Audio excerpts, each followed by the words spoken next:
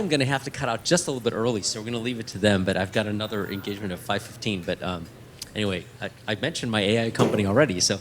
Yeah, and like for this conversation, what do you think there is the next 10x for the investors in AI? The next 10x? The next 10x? Well, first of all, so this wave. Speak up a little bit slower. Yeah, this wave is actually, I think, and you've heard it before, but it does remind me a lot of the 95 to 99 period. That's right. So, and I don't know where in there we are, but I think it's probably closer to 95 than it is 1999. And in that period, there were all these little web startups, obviously, that didn't really have clear revenue models starting, but you could feel the energy and you could see the usage. You didn't know how they'd make profit, but you saw the use case. And the data center wave then was massive too. So you might remember the rise of, it was Intel, Cisco, Sun, Oracle, basically providing gear for a gigantic wave of the digitization of the telephone infrastructure and the birth of all these companies that you see today, like Equinix, that AboveNet, Equinix, there were Global Center, Frontier, and a lot of M&A activity in the phone companies as they laid fiber and built out the internet. And I think we're in that phase right now where the monopoly suppliers, NVIDIA, obviously. So I think, and I think you're going to see a ton of change in the data center business. The data center I showed you, that's a Bitcoin mining.ai, I think those are per 6-foot rack. So imagine like a tall tower on a little footprint of a dozen square feet. The power consumption in a rack in the mid-90s was probably 5 kilowatts per rack, and maybe a big one was 20, and more recently some of them are 40. The next generation AI processors, if you want to fill a whole rack, just the GPU modules and the networking stuff is 120 kilowatts, and then they often require liquid cooling. So the data centers I see getting built now are 300 kilowatts per little footprint. And so the power density is totally different. And the weight, a full rack is 3,000 pounds. So the old architecture of raised floor with fans, those would collapse. That's right. So basically any data center that was built 3 years ago or earlier is a throwaway for AI. So you see this, and the power consumption, one GPU, I think, is 17 houses.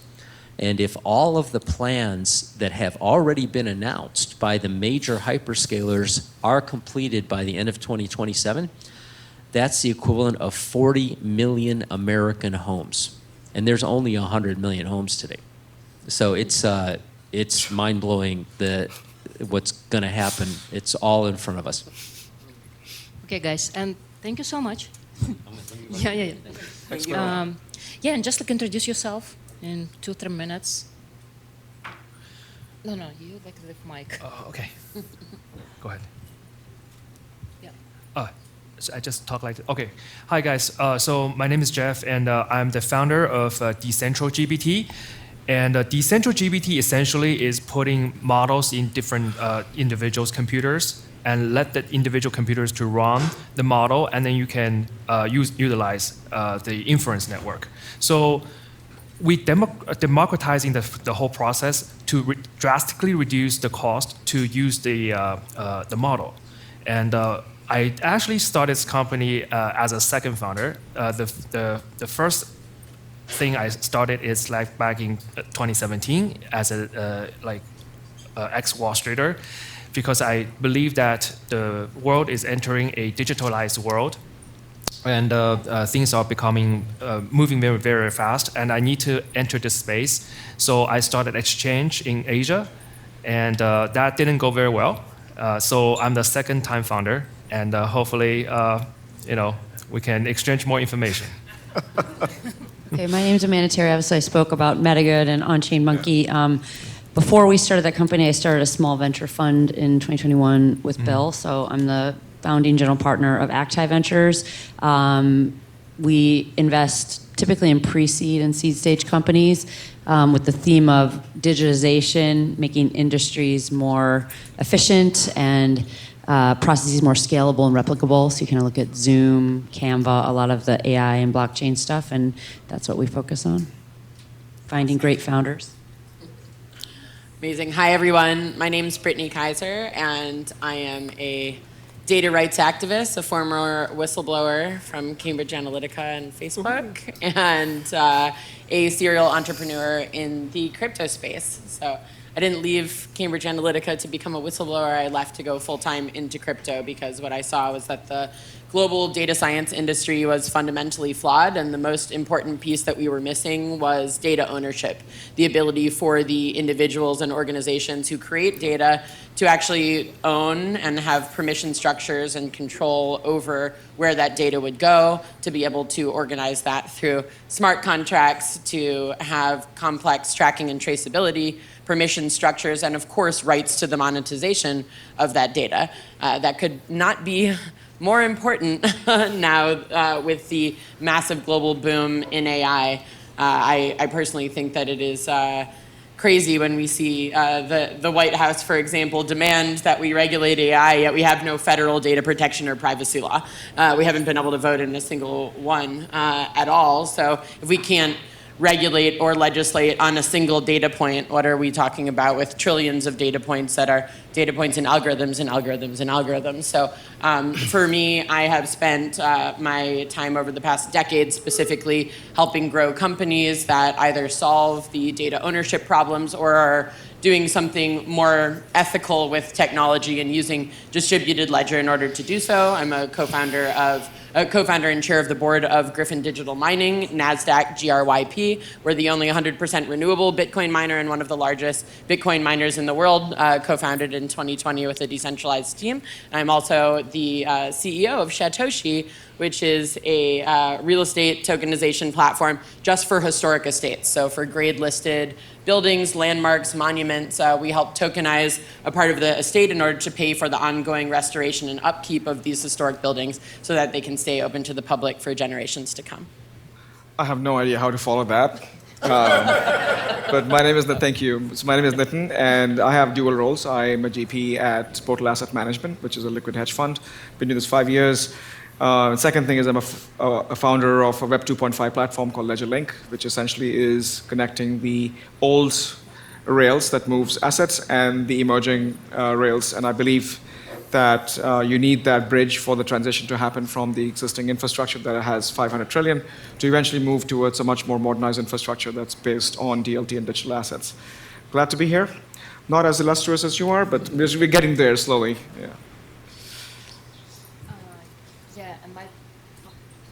And my first question, what do you think the next big trend for the AI, like the beyond probably 5-6 years, and there is a 10x for the investors? Let's start with Amanda. Go first. Yeah.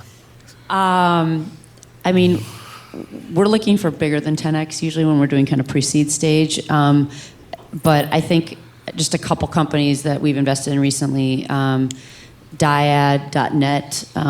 Again, this is like kind of using AI to improve healthcare. So, in the UK, I didn't realize that there's actually manual letters that if you get discharged from a hospital, they have your care regime and your medications, and then people manually enter them. So imagine all the room for error there. So they have an AI solution called Better Letter, and it's making healthcare operations much more efficient because if you get readmitted to a hospital after being released, it's very expensive for the hospital. So that's getting pretty widespread adoption. They're also moving to the US. But what is AI not, frankly, a part of? I mean, I was just at Canva Create, fortunately, with Bill. And I mean, I didn't even realize this. I use Canva all the time. They've integrated like 12 AI tools into their Magic Studio, and they're looking for more AI stuff. So obviously, it's much later stage company, but they've done. I think 90% of their user base is still retail. So you think about the huge potential they have for enterprise. They just hired a gentleman from HubSpot. So yeah, I mean, I feel like almost every company is somehow going to be leveraging AI in some way. And how are they going to decentralize AI? I feel like I've spoken a lot, so I want to let our other All right, esteemed I'm- panelists speak more. I'm happy to jump in on that one, where I really believe, if you're looking for what is going to be one of the most mass adopted products, it's going to be AI systems where there is a digital identity and data ownership component. When everyone in the world is actually enabled to be their own data marketplace and to decide to consent to data that they are creating and therefore be incentivized to create more data than they normally would on specific topics because they're getting revenue generation out of it, that will be the thing that everybody uses. Before I decided to become a whistleblower, and I just left Cambridge Analytica, as an example, Libra asked me for an interview to see if I wanted to join Libra. And so talking to the folks at Facebook HQ that were creating Libra, they basically were talking about how, yes, they're going to tokenize Facebook. Okay, well, it looks like you're just putting together a consortium in order to steal people's financial data and share it with each other. It doesn't look like you're doing anything to empower the customer. I told them if Libra was going to be a tokenization platform where they would pay people for their data in Facebook tokens, Facebook would become the most popular and most with serious longevity company in the world, because all of a sudden your Facebook wallet is your data wallet and you get paid into it, and you can use Facebook to pay for your groceries every day because of the data that you are creating in the platform. And they decided instead to create an illegal consortium of financial data sharing, which obviously got shut down by the government. So I still believe that any AI platform that is now using trillions of data points, if you are actually tracking and tracing the origination of all of that data, which a lot of the current lawsuits from the New York Times and others are trying to do, are saying you've now created a multi-billion-dollar product off of our data that we own, and we have intellectual property and copyright over it. Once AI starts to become ethical, they're going to be, through smart contract, licensing data from all of these places to create the models, and therefore everyone can become a data input into an ethical AI system.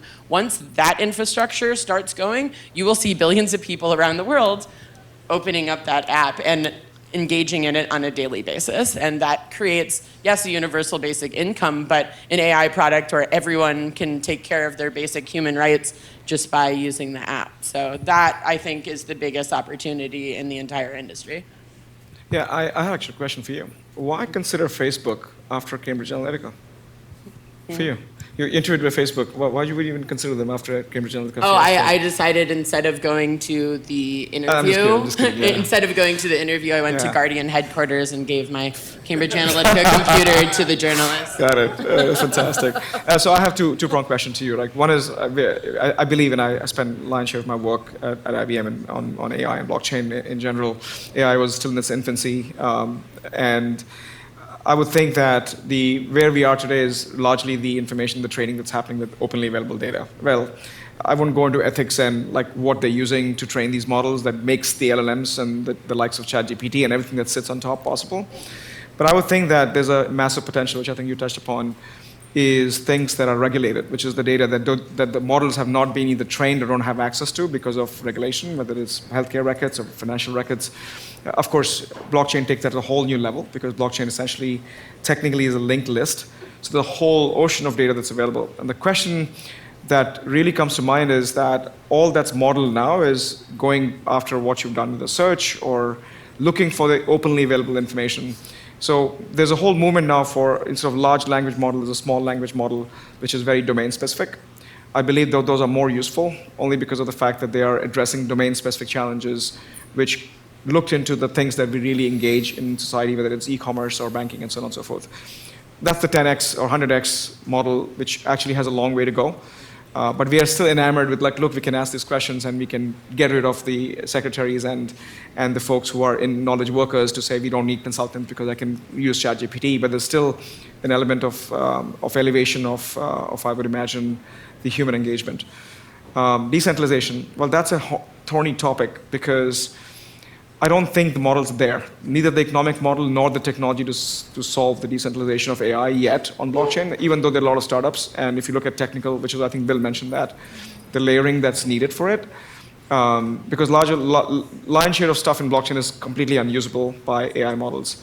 So I would imagine that you would have to, first of all, figure out the economic model. So the likes of Fetch AI and Ocean Protocol, they've attempted this for long term, is how do you curate a open sort of structure, which I think that we can drink the Kool-Aid, but it'll take a little bit more time because you can't go against the laws of physics from that perspective. So that's my perspective on that. I just want to add a little bit. Yeah. So you guys are talking about the data layer and algorithm, which are like two of the major ingredients in the AI system, and I will argue that my company is actually decentralized the computing power. And that's actually a very, very important component because people are like talking about like NVIDIA chips and where are they coming from? We have a global shortage of the computing power. And we put the power back to the hands of the individuals and let them to get rewards basically by contributing their computing powers, idle powers to do decentralized computing basically. So I think that's a sort of I would say this is like one of the best opportunities. Just look at the profit margin of NVIDIA or AMD, that's a lot. So other people's profit margins are small companies' opportunity. So I always believe that you guys should pay attention to this sector as well. And one more question, how it should be for the impact investment? Because blockchain and AI, it's really like the future, but there is the best use cases for the social impact, not only revenue, but the best cases for the, for the society and for the privacy too, and there is the risks. It's like a little bit tricky. Do you want to start? Yeah. So if you're talking about the ethical portion of the AI, I will say right now there's a lot of issues regarding the privacy and ethical. Like there's even bias, right? Like people put a lot of data and what we do is as a company, we will select the best model out there, and we are not at the stage that pretty selective on what kind of model are biased or not, because we are not at that stage yet. But I will predict that maybe in the near future, elections coming, so there's going to be a lot of misinformation generated by the AI. And where these information coming from is because they're being fed by these wrong information in the first place. So there's got to be some regulation on that part of the world, but I would say we're not at that stage yet. We shouldn't be too worried about it. That's my opinion. Yeah. Yeah, I mean, I just know there's so many graphics AI tools, and one of the artists that we work with was Patrick Amadon, and he would post the prompt and then what the image was of something, and it was so biased all the time. Right, yeah. It was like the worst, and this was only 6 months ago. Yeah. So I feel like we have a long way to go in terms of making sure the data that's going in these models, and then even the models themselves and the people making decisions in the boardrooms on how all this works. And this is very macro, but just that it's a diverse group of people, because there's so much stuff that's going in, and what's coming out is really not representative of the world. Mm-hmm. Yeah, exactly. It's a little dangerous to be training AI is just on the open internet. But that's where I really believe that one of the most impactful ways that we can move as an industry in AI to be more ethical is to have that data tracking and traceability. So concentrating on not just privacy. I don't like the word privacy because it means if you share data, something bad will happen to you, which is not the right psychology when we are technology entrepreneurs that are ethical and do care about creating products that don't have a negative effect on people. What I like to say is data protection, which means that the individual or organization or company that is producing the data has the ability to say, okay, this data is sensitive, I'm keeping it private, and here's all of the data that is not sensitive or can be pseudonymized or anonymized, and then I can put it out there. And then it is free, not in terms of financially, it might not be free. If you're going to charge money to share that data as a company or as an individual, then you can put it out there and you have all of the tracking and traceability. And this goes back to AI bias. If you keep on seeing biased outputs from an AI, you should be able to track and trace all of the data points that have modeled that output. And so when you are able to go back and look at the thousands or millions or billions of data points, you can actually see, oh, well, if this was trained on 80% white faces, what do we expect, right?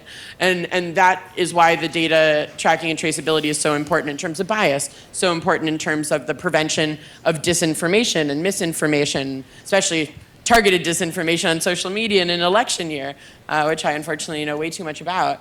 And so these tools, the data tracking and traceability, is one of the things that they're putting a lot of money into on social media platforms, especially in an election year, to create new tools where we're going to get their internal AI saying, oh, well, this has been manipulated by an AI.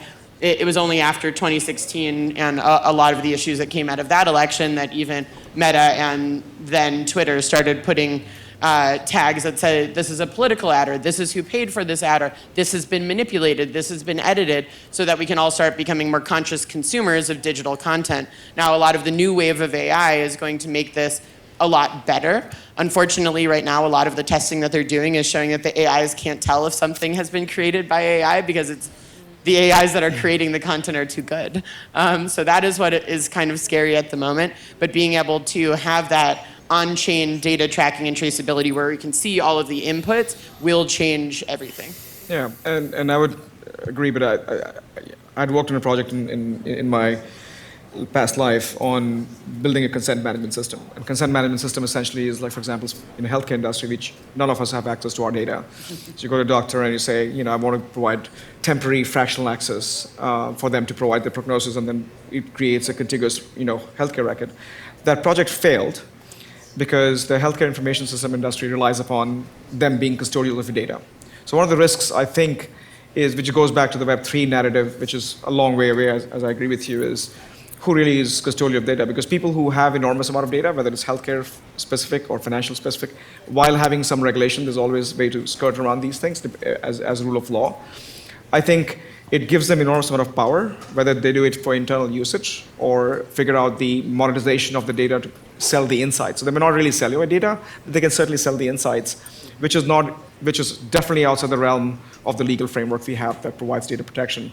So my only element of risk is that the technology is moving so fast, both in terms of AI and blockchain, that I don't think our legal framework is apt to be able to keep up with that framing. To me, that's the biggest risk. There's a massive mismatch between ethics and law versus what people want to do with data. And if you choose to, which is the second caveat, in the Web3 narrative, that we want to be custodial of our own data, we treat data as oil, and data is monetizable. The bigger challenge with that is who do you custody with? And that's a massive digital enablement challenge that we all now have access to our data and wallets, and how do we provide that? Somebody has to build that. We go back to platforming at that point, I think. So, as you would say, we have a long way to go. Guys, do you have questions?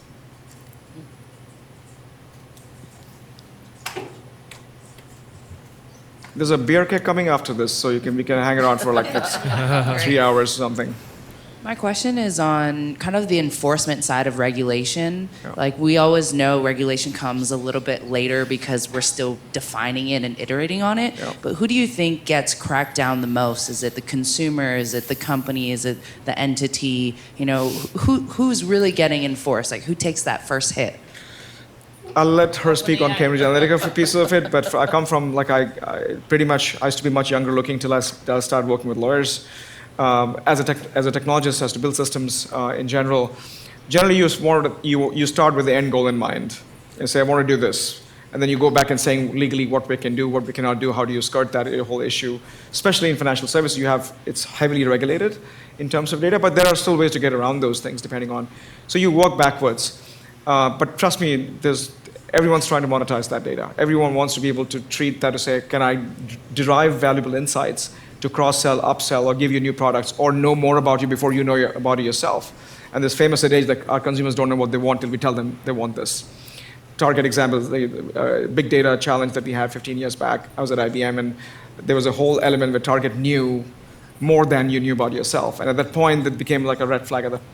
But it's a gray line, I would say, still. But love to get your perspective since you cracked open that oil. Yeah, of course. And so, not sure exactly in which order you were looking to discuss it, but because you said, which is really coming first, who's kind of hit with the legislation or has to deal with the legislation first. And I find what happens in tech companies is normally the problems come to the consumer first. And so we realize our data has been breached. We realize that now we have our data all over the place, and we're getting issues with identity fraud, and we're getting issues on our credit report, and et cetera, and so forth. And so it's usually complaints from users and from the general public that know about what a company is doing, even if they're not using that product, that make complaints either to the FTC or the SEC. I help on a weekly basis. Whistleblowers come to that organization. People reach out to me as a famous whistleblower and are like, hey, how do I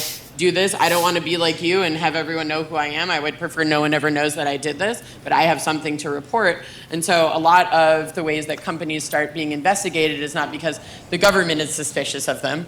It's because enough complaints have come from users or have come from the general public. And so then the FTC or the CFTC or the SEC or the DOJ, if it's bad enough, will begin the investigation process. And then usually through that investigation, two things kind of come to the fruition, which is one, possibly some laws were broken by the company, but more often the laws did not exist in order to make what they did, which was unethical, actually illegal. So what they did was legal, it just wasn't great.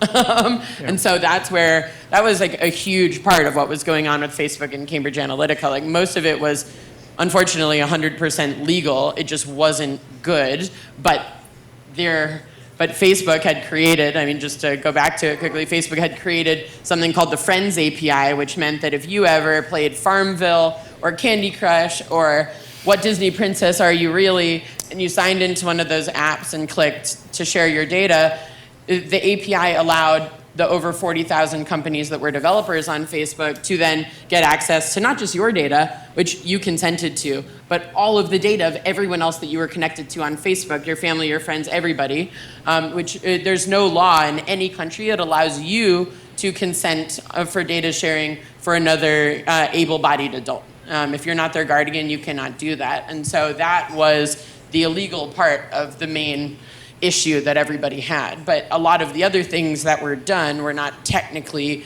illegal. So a lot of the legislation and regulatory infrastructure comes out of some of these investigations where it's like, okay, well, we believe actually that probably some of that stuff should be illegal. So now we need to start writing bills that will protect consumers, the next wave of consumers that this company and other companies using these tech are going to employ. We're going to make sure that all of these complaints can't happen again because it's now illegal, and therefore we'd be able to stop the company from doing that in the future. And so that's unfortunately the way that it has gone, because not a lot of technology legislation is proactive, it's reactive. And that's just where we're at, because the legal process takes such a long time. The fact that we haven't gotten a federal privacy law in the United States, and not just me, but loads of other people have been working on this for the past decade on a daily basis, and nothing has happened, is really, really shocking and unfortunate. So we can't expect it to come from the legislators. It has to be a huge movement and a lot of pressure from the people. And so if you guys care about any of this, make sure that you know who your legislators and regulators are and that you communicate them all of your complaints on a very frequent basis. It is very helpful. I'm good. No. Are you saying the Congress is not doing their job? That's what you're saying. I would say most members of Congress that I work with often are doing their job very, very well, because they're engaging with people who care about these issues. They're engaging with technology entrepreneurs. And the best people in Congress, both state Congress and federal, are the ones that work with technology entrepreneurs to understand how technology functions, as opposed to trying to over-regulate and then stifle innovation, which we have a big problem with in this country, obviously. And so I was lucky enough to work in the state of Wyoming with Caitlin Long and all the legislators there, where we've now passed over 40 different digital asset laws. And that came from us like showing up in person and working with the legislators and explaining them exactly how the technology works every single day for now the past 8 years. And that's where we get good law and sensible common sense regulations, where it allows all of us to build our businesses. And that's why the state of Wyoming is the only place that actually has good digital asset law, but it's engagement. So I'll leave it at that. Yes, Amanda, just like one more question for you. Probably you can give advice for the family offices. There is the best business models and niche for the investment too. It can be actually like AI and blockchain too. Yes, and you guys too. I mean, yeah, as I said, I feel like everything that most conferences I go to outside of like specifically Consensus are all AI driven. So, yeah, I think it is obviously the huge mega trend right now. I mean, just, yeah. And I mean, in terms of them doing direct investments or, okay, I mean, I do direct investments, so it's kind of hard for me to advise what family offices should do, but, except to invest in great funds that are finding awesome entrepreneurs. I mean, obviously you heard Bill speak. It's funny, he was recently named Business Insiders for the multiple times, like top 100 seed investor list, and his quote was, "I'm like Wolverine of the X-Men. I've been around for so much. I've seen so many entrepreneurial things that I can help these entrepreneurs." So, yeah, I mean, I think it's backing great teams. It's obviously large addressable markets. What we look for is obviously things that are replicable and scalable. There was a company in the AI space we looked at recently that is actually doing kind of data tagging, but is a very manual process still. And there are companies like obviously Scale AI. I think Bill passed at the 600 million mark, and they're at 13 billion. So there are a lot of interesting companies in this space. He passed on that. That's not in our thesis, right? To kind of need manual labor. Like we're really more about digitization and things that are not super capital intensive. But there's going to be so much growth in this space. So yeah, but always it comes down to the team that you're investing in. You should speak. You haven't spoken. So I believe that family offices are very different kind of investment vehicle compared to hedge fund or private equity in terms of there's always a personal touch component because you got to understand the risk profile of the individual families, and sometimes they have urgent need for that's my understanding of the family office. So I would say like AI as a tool can definitely help them with multiple areas of, for example, like they can become a personal concierge and a trusted friend or a expert consultant in many different verticals, all in one. So in that way, I think AI will help a lot in terms of how the family office is run. And how the human resources is structured, it will be very different from like 5 years. Will be very different from now.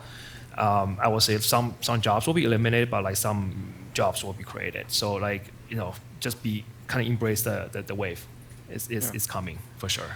Yeah. I have an interesting perspective. Like I've worked with family offices for the hedge fund, the crypto liquid hedge fund, where the expectation is we need exposure, but we need some level of discipline that doesn't go with crazy 3-digit returns. We are happy with as long as you don't take enormous amount of risks.